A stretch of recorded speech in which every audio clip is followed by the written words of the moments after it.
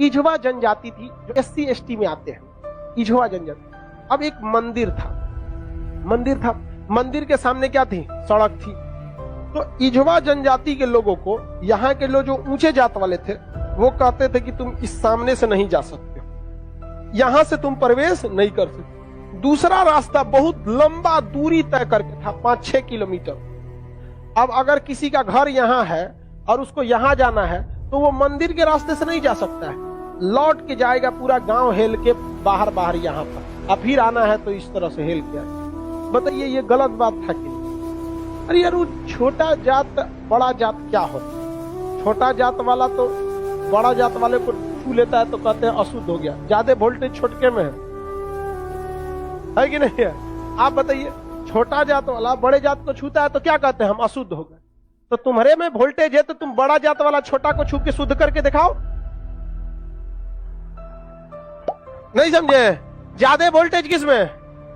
लेकिन बात हम क्या बताते हैं, छोटे जात को लोगों ने पढ़ने नहीं दिया, इस वजह से वो इस तरह का सवाल नहीं पूछ सकता था। हमरा से पूछे कोई, हम कहते हम ट्रांसफार्मर, तुम बैटरी, टच करा के देखा, भड़का देंगे तुमको यहाँ पर, फिर तुमको शुद्ध अशुद्ध हो जाओगे तुम यहाँ पर। तो ये लोग बहुत गलत किए, ये गलत बात है यार। आज के वक्त में तो एटलीस्ट ये सोच नहीं होनी चाहिए। क्या छोटा बड़ा जात करते हो, मतलब क्या ही बताया जाए इनको? खुद हिंदू धर्म के शास्त्र में पढ़ी, आपको पढ़ाए, ऋग वैदिक काल में जाति का निर्धारण कर्म के आधार पर, उन लोगों ने अपनी फायदा के लिए जाति के आधार पर कर दिया, वंश के आधार पर किया कि नहीं किया? हम ये बात थोड़ी कर रहे हैं, ये तो ऋग्वेद में लिखा है। हम कौन होते हैं भैया बताने वाले कि जाति के आधार पर होगा कि नहीं? ऋग्वेद हम लिख ले हैं, जाके पढ़िए ऋग्वेद में, वहां एक ही परिवार में 4 जाति के लोग रहते थे। प्रारंभिक वही है ना, बाद में ना संशोधन कर दिया गया, तो गलत था। यहाँ पर केरल में बहुत अत्याचार हुआ। यहाँ पे केरल का त्रावणकोर का एक राजा था, यहाँ पर इसने दलित महिलाओं को मूला कर्म लगाता था। टैक्स था मूला कर्म।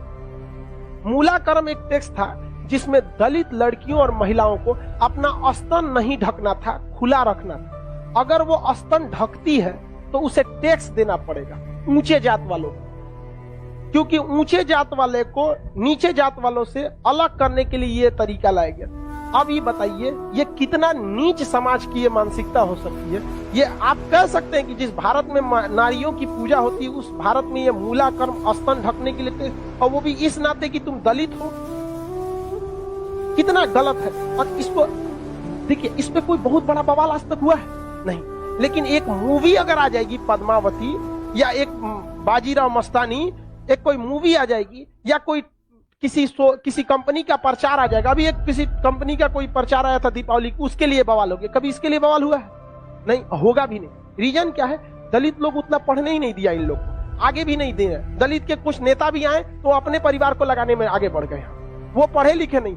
यहाँ एक मूवी के लिए बवाल हो सकता है, जिस हम पर्सनली हम बताते ना, बवाल की वजह से हम बाजीराव मस्तानी मूवी देखे, हमें ऐसा नहीं लगा कि उसमें क्या था। भले काटने के बाद वो था कि क्या था हमको ही नहीं पता, लेकिन ऐसा उसमें मूवी में कुछ गलत दिखाया गया है। उसमें तो और बहादुरी दिखाया गया कि महिलाओं ने, कि देखो भाई मरने के बाद भी हमने क्या किया है, जौहर, जो गलत था। अलाउद्दीन खिलजी, इससे नुकसान किसको था? इससे अलाउद्दीन खिलजी का वो चेहरा जो सबको नहीं पता था, वो भी देख लिया लोगों ने, लेकिन उसके लिए विरोध हो सकता है। लेकिन इतना गलत चीज के लिए कभी आपने विरोध देखा? कभी नहीं आया। तो ये उन लोग को आज तक दबाए जाके रखा है। इतना गलत चीज वहां पे मूला कर्म लिया गया, ये एकदम सरासर गलत है। और वहां पे जब टैक्स देने गया तो महिला जो थी ना, इस मूला कर्म को हटाने के लिए अपने स्तन को चाकू से काट दी और मर गई सब महिलाएं वहां पर। अब यह केरल ऐसा राज्य था जिसमें पुरुष सती होते थे। जब उनकी पत्नी अपना स्तन काट देती थी, ब्लड गिरने की वजह से मर जाते थे, तो चिता में पुरुष जाके मर जाता था कि हम ऊंचे जात वालों से नहीं लड़ सकते हैं, लेकिन हम अपना शरीर हम भी त्याग देते थे। पुरुष भी सती हुआ है इस देश में, ये ऊंच और नीच जात वाले यहाँ पर। लेकिन इसे, और यही अगर ये कांड किसी ऊंचे जात वाले के लिए कोई दिल्ली सल्तनत का राजा किया रहता, आज न्यूज चैनल पे बैठ के बवाल हुआ रहता। लेकिन दलित है ना भाई साहब, कोई आवाज नहीं उठाता है।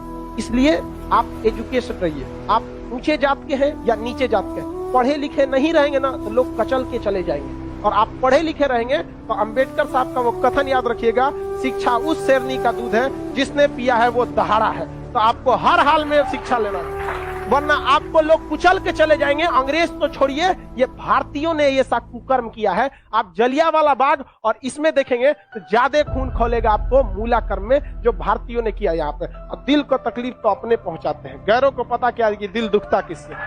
ये देश के लिए आपको शर्म आएगी। हमारी संस्कृति पे जहां हमें नाज होता है, ये हमारी संस्कृति में दाग है, दाग धब्बा है। जिस तरह चांद में भी दाग है ना, हमारी अपनी संस्कृति पे इस दाग को कभी भूल नहीं सकते हैं कि पूरी दुनिया में एक ऐसा देश था जहां मूला कर्म लिया जाता है। लेकिन आज भी बहुत हल्के में इसे ले लिया जाता है, हल्के में ले। जानते हैं क्यों? क्योंकि ये दलित के साथ, समझा गया कि नहीं? बहुत ऐसा होता है। कितना आदमी बताएगा? ज्यादा हम भी बोलेंगे तो सोचा हमारा कहेगा तू दलित का फेवर कर। हम कौन सी फेवर कर? नहीं हुआ रहा था नहीं बोलते। इजवा जनजाति के लोगों ने विरोध किया और इजवा जनजाति वालों ने क्या किया, इसको हटाया और मंदिर के सामने से वो क्या होने लगे ज्यादा। नहीं, भगवान ने कब कह दिया कि तुम हमको मतलब नहीं। राम जी सबरी के जूठिया बेर खाए थे, तू राम जी से बड़ा हो गया है। राम जी के पैर के धूल के बराबर है आज के वक्त में, चाहे कितना बड़ा आप प्रकांड विद्वान।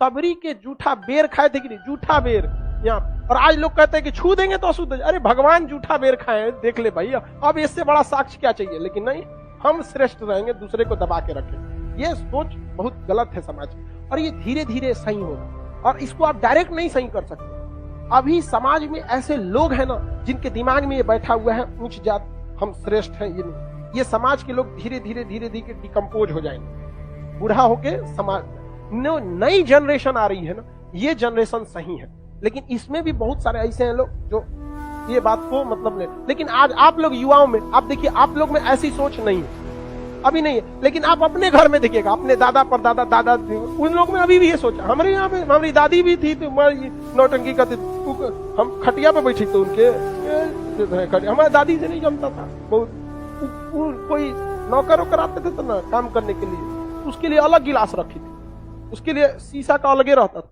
क्योंकि ये कौन सा तरीका है आपका? भाई आप भी पीने के बाद धुल देंगे, वो भी धुला जाएगा, सब साफ हो जाएगा, इसमें कौन सा बात है। लेकिन ना, मर गई लो, खत्म कहानी। मेरी सच बता, हम तो सोचते हैं ना, कोई मरे तो हम उससे उठा के एक बार पूछे कि आपको ऊंचे जात वाले शमशान में फूके कि नीचे जात वाला, और जो आपको आग लगाएगा ना वो किस जाति का हो? हरिजन होगा। और जब तक वो मुखाग्नि ना देगा, आग ना देगा, आपका क्रियाकर्म ना होगा। ये बताइए पावरफुल कौन? समझा कि नहीं? छोड़ो इस सब बात को, लेकिन क्या कहिएगा? आप शिक्षित रहिए, आपसे आदमी उम्मीद रखता है कि आप समाज में ये भेदभाव को खत्म कीजिए। क्योंकि आप जिस जाति में पैदा हुए, जिस परिवार में पैदा हुए, इसमें आपका कोई योगदान नहीं। हो सकता है कि आप किसी दूसरे जाति में पैदा हो सकते, तो आपकी ये कोई योग्यता नहीं जिसे आपने अर्जित किया है। ये भाग भरोसे है कि आप ऊंचे जात में हैं तो कोई नीचे जात में है।